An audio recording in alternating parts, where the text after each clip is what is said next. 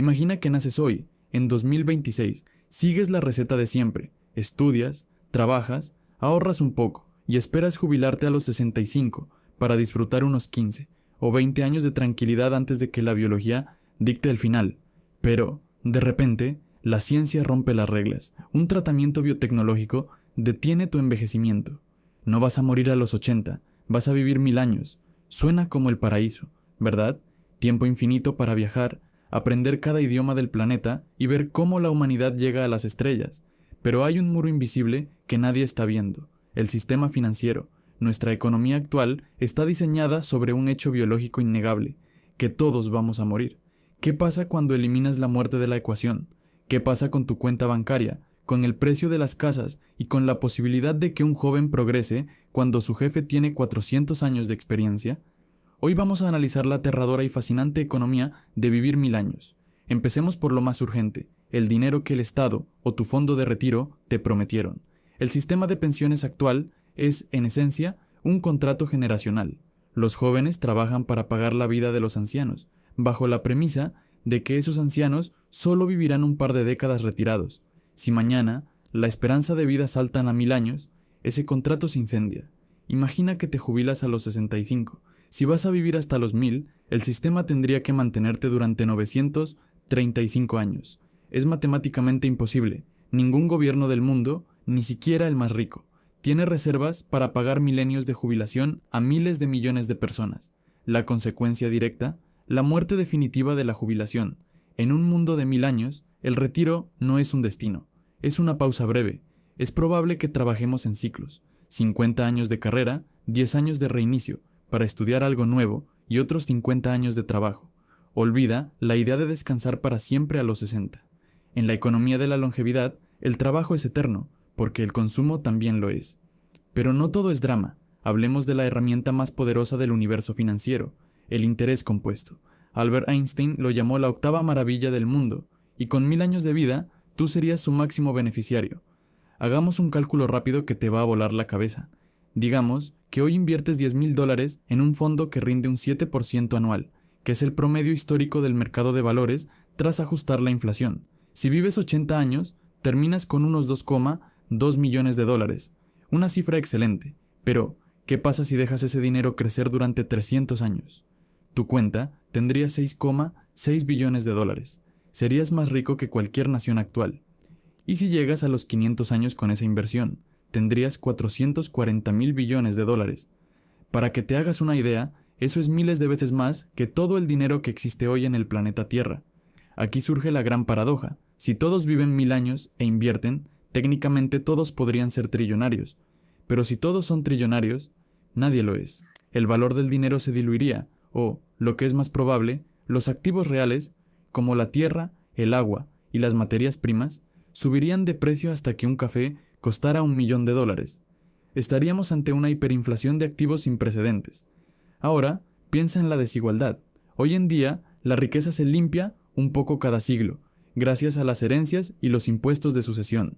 Pero si los millonarios actuales como Elon Musk o Jeff Bezos vivieran 1000 años, su acumulación de capital no tendría fin. Viviríamos en una gerontocracia financiera. Los dueños de las empresas, los dueños de los edificios y los dueños de las patentes serían los mismos durante siglos. ¿Cómo compite un joven de 25 años que acaba de salir de la universidad contra un ejecutivo de 450 años que ha acumulado contactos, sabiduría y capital desde la época de la Revolución Industrial? El ascenso social se congelaría, el mercado inmobiliario sería imposible, nadie vendería su casa porque nadie necesita heredarla a nadie. La única forma de poseer algo sería que la humanidad se expandiera al espacio. Las finanzas de los 1000 años nos obligarían a colonizar Marte, no por curiosidad, sino por necesidad económica de espacio físico. Pero hay un cambio más profundo: tu mente. En nuestra vida corta, somos adversos al riesgo porque el tiempo es escaso. Si pierdes tus ahorros a los 50, estás acabado. En una vida de 1000 años, la quiebra es solo un contratiempo temporal. Podrías arriesgarlo todo en una empresa loca, perderlo, pasar 20 años viviendo en la calle y aún tener 800 años para recuperarte y ser trillonario de nuevo. El capital de riesgo se volvería ultraagresivo. Veríamos proyectos de infraestructura que duran siglos, como terraformar planetas, porque los inversores realmente estarían vivos para ver el retorno de su inversión.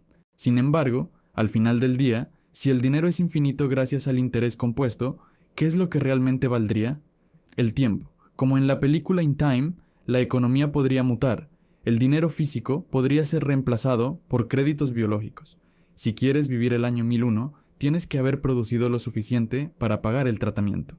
La economía se volvería una lucha constante por la supervivencia biológica. Vivir 1000 años transformaría el dinero de ser una herramienta de libertad a ser una herramienta de mantenimiento vital. Dejaríamos de ahorrar para la jubilación y empezaríamos a ahorrar para la eternidad. La gran pregunta no es si la ciencia puede lograrlo, sino si nuestra economía puede soportarlo. ¿Estamos dispuestos a vivir en un mundo donde nunca somos los dueños, porque los ancianos ya son dueños de todo? ¿O seremos capaces de reinventar el capitalismo para que el tiempo deje de ser nuestro enemigo? Si tuvieras 1000 años de vida hoy y solo $100 en el bolsillo, ¿en qué los invertirías sabiendo que el mundo que conoces desaparecerá 10 veces antes de que tú dejes de existir? Hasta ahora hemos hablado de números, deudas y edificios, pero hay un motor mucho más importante que el dinero que mueve la economía mundial: el hambre de éxito, el deseo humano de llegar a ser alguien antes de que se apague la luz. Pero ¿qué pasa con nuestros sueños y anhelos cuando el reloj de arena parece no vaciarse nunca? En una vida de 80 años, el tiempo es un recurso escaso, y esa escasez es lo que genera urgencia. Queremos fundar esa empresa a los 30, viajar por el mundo a los 40 y dejar un legado a los 70. La muerte es el cronómetro que nos obliga a correr, pero en el siglo de los milenios, esa urgencia desaparece. Entraríamos en la era de la procrastinación existencial. ¿Para qué esforzarte hoy si puedes hacerlo dentro de 2 siglos? Esta falta de urgencia provocaría un estancamiento económico invisible, pero letal. Los sueños humanos se volverían lentos. La ambición, ese fuego que crea industrias y revoluciona mercados, podría transformarse en una apatía generalizada. Veríamos una caída estrepitosa en la productividad global, porque, sencillamente, no habría prisa. El sueño americano, o cualquier ideal de superación, se diluiría en un mar de tiempo infinito, donde el esfuerzo se posterga para una década que nunca llega. Y aquí llegamos al punto crítico: la población. Si los humanos dejan de morir, el planeta Tierra alcanza su límite de capacidad en tiempo récord. Para evitar una catástrofe ecológica y el colapso de los recursos, los gobiernos se verían obligados a implementar la medida más radical de la historia: la prohibición o el control estricto de la natalidad. Imagina una economía donde tener un hijo requiere una licencia estatal que solo se otorga cuando alguien decide, voluntariamente, dejar de vivir. Pasaríamos de una población creciente a una población estancada o estacionaria. En economía, esto es una pesadilla. El capitalismo actual depende del crecimiento: más gente consumiendo, más trabajadores produciendo. Si la población se congela, el crecimiento del PIB se vuelve plano. Entraríamos en un estado de estado estacionario eterno, o esto cambiaría nuestros anhelos más profundos. El deseo de formar una familia, que ha sido el núcleo del consumo y la economía durante milenios, sería reemplazado por un individualismo extremo. Los mercados de consumo ya no venderían productos para bebés o casas para familias en crecimiento. La industria se centraría exclusivamente en el entretenimiento y el mantenimiento del yo. El ocio se convertiría en el sector más grande de la economía, porque tendríamos que llenar 800 horas de tiempo libre para no caer en la locura del aburrimiento existencial. Pero quizás lo más triste de esta economía milenaria es el fin del legado. Trabajamos duro para que nuestros hijos tengan una vida mejor, para dejar una huella en el mundo. Pero si tú nunca te vas y tus hijos nunca llegan, el concepto de dejar algo atrás pierde todo su sentido. La economía dejaría de ser una carrera de relevos para convertirse en una piscina estancada. ¿Qué pasaría con nuestras aspiraciones? ¿Seguiríamos queriendo ser artistas, ingenieros o líderes? ¿O nos convertiríamos en una especie de coleccionistas de experiencias vacías, saltando de un hobby a otro cada 50 años sin llegar nunca hasta la maestría? Porque siempre hay un mañana. Vivir 1000 años podría ser la victoria definitiva sobre la biología, pero también podría ser la derrota definitiva del espíritu humano. Un mundo con gente eterna, pero sin niños nuevos, es un mundo que ha perdido su capacidad de asombro. Si pudieras vivir 1000 años, pero supieras que a cambio el mundo perdería la risa de los niños y la chispa de la ambición joven, ¿valdría la pena? ¿Prefieres una vida corta llena de sueños urgentes o una eternidad de anhelos en pausa? Comenta,